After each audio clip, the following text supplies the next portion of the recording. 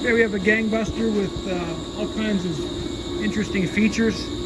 It's got 13 heads. The 13 heads move the digital readout. As you move it, the readout changes. It should always be calibrated when it gets to site, because when it moves, things happen in transit. This particular one has a few setups for pitches, 9, 10, 11, and 12. Just drop a pin in, and you're on a 9-inch pitch. There's quite a few things to go through, so we're going to shoot a few small videos and cover off different features each time.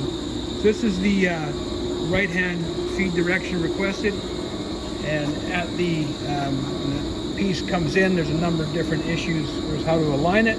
This is a slider that has stopped the end of the extrusion. I think it's 1/2 inch from the end is the closest one that was called for. And then there's a number of different pitch stops here that you can pick up from this readout. So the little arrow, that's what you're at.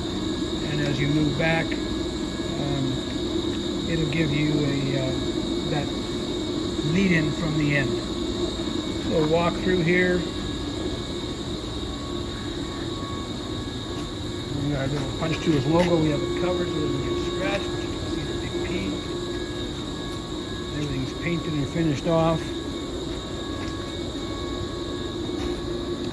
On the back side, we make the manifold so there's nothing sticking out. The forklift go by, it shouldn't knock off anything that's sticking out over the edge.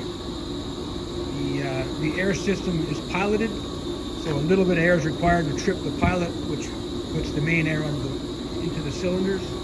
All the cylinders have shut-off valves. If you don't want to run, you just shut it off all the way down. Nice manifold, it's all been cleared out. All the debris in the manifold is cleaned out. This is the induction track for the readouts, so each unit picks up on the same signal. Over on this end, we have our air infeed.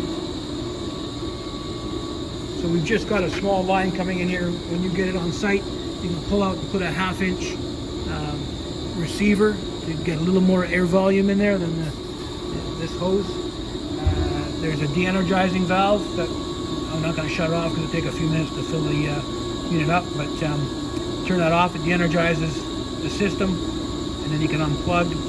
It's a nice little safety feature. It comes with an FLR, and we have an accumulator tank in here. So the tank does some accumulating. It's got a clean out valve at the bottom, but also this manifold accumulates air to give you a quick cycle time as you roll through different extrusions.